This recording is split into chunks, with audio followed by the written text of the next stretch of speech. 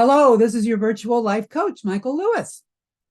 Now, not so very long ago, I was running a counseling group. It was a group of fellow counselors and life coaches and so on.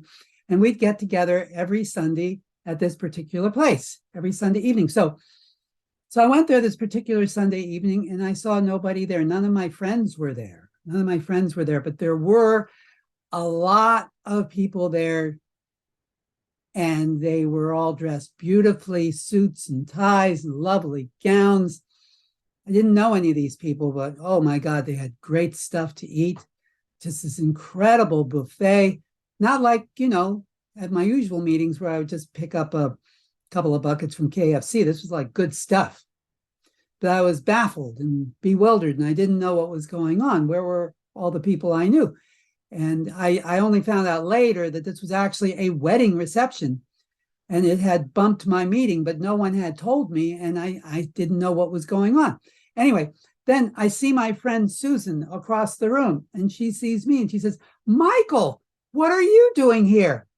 Oh, and I shoved my way through the crowd and I went over to her and I said, "Boy, am I glad to see you." And I grabbed her elbow. Only it turned out not to be her elbow, which I discovered too late. But she saw it, and she saw what I was grabbing, and her husband, who's like 8 feet tall and a black belt in a bad mood, also saw it. So she never spoke to me again. It was terribly embarrassing, and it was an accident. But, I told myself after several months of just sort of eating this up, I told myself, you know what, move on. Move on. Someday you'll be able to use this story as an example of something or another. And so here we are. I'm sure we've all done embarrassing things that we'd rather not talk about, or have made really, really dumb decisions in life. But look, you just move on.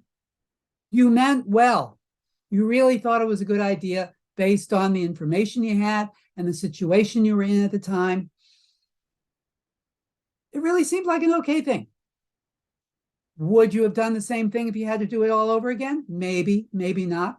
But you did do the best you could under the circumstances and given what you knew and given the person you are. And that's the main thing. The past is gone.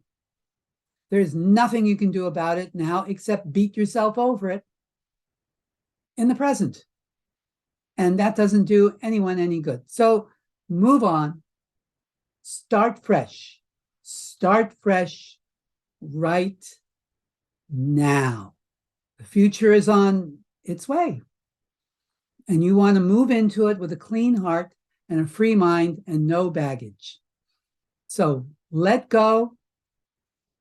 Move on. You're a good person and you're doing good things that are appreciated. So there. And that's all I have to say for now. So until next time, love each other, take your vitamins, observe posted speed limits, play nice, and never lose sight of who you are. Never, never, never lose sight of who you are. So long for now.